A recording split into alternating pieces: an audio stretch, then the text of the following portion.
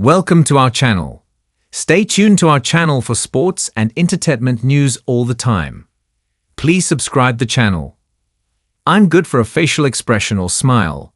And that's my trash talk, Stephen Curry, on why he never trash talks opponents on the court.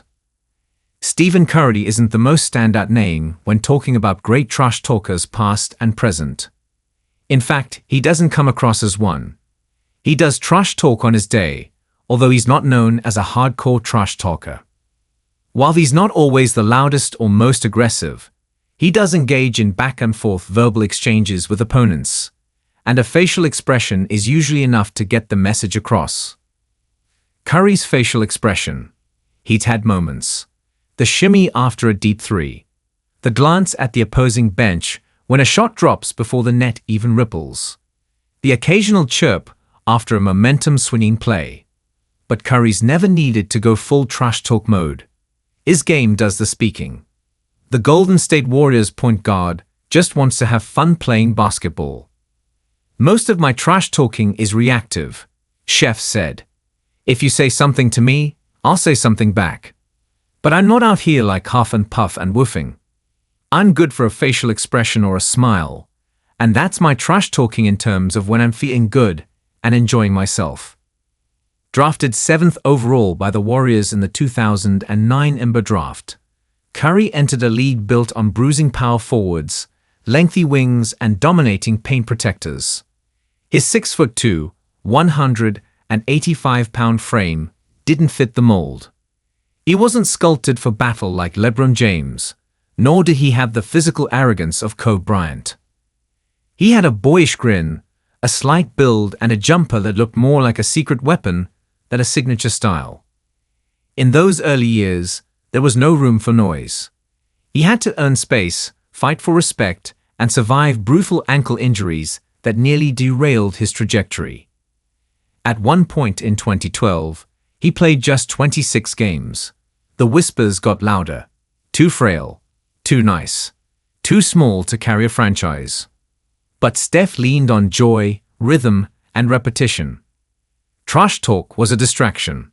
Instead, he built his brand around exuberance. The mouthguard chews, the tunnel shots, the 30-foot heat checks. He made basketball feel like a game again. Related. Isaiah Thomas recalls his college recruitment. My mom closed the briefcase and said, "My son's not for sale." Facing the talk, the former unanimous most valuable player has endured a life of being trash-talked for almost all his life playing basketball. At Davidson University, he had to claw his way into the national spotlight. He wasn't recruited by powerhouses like Duke or North Carolina.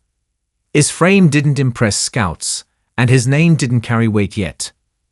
It wasn't until he dropped 40 points against Gonzaga University in the 2008 Encore tournament and led Davidson to the Elite Eight that people started paying real attention. But even then, he was underestimated. Curry's game was constantly met with skepticism. He heard the noise. People questioned his defense, his durability, and even his ability to play point guard at the next level. Those doubts never disappeared. They just evolved. Critics called him a system player in 2015. Said he couldn't lead a team without Kevin Durant. He couldn't win the finals. They also claimed he was all flash and no fight. But through it all, Chef stayed true to himself and always had fun when he was on the floor. "It's my natural disposition," the greatest sharpshooter of all time said. "I have fun no matter where I'm at. I'm always smiling, joking, laughing." He didn't let the pressure harden him or the criticism alter his personality. Instead, he responded the same way he always has. By letting the numbers speak. 4 championships, 2 MIMF awards. Then Buzz, all-time leader in three-pointers made, passing Ray Allen in 2021 with a shot in Madison Square Garden. And that's what separates the Golden State icon. Not just the records or the range, but the way he never lost his joy.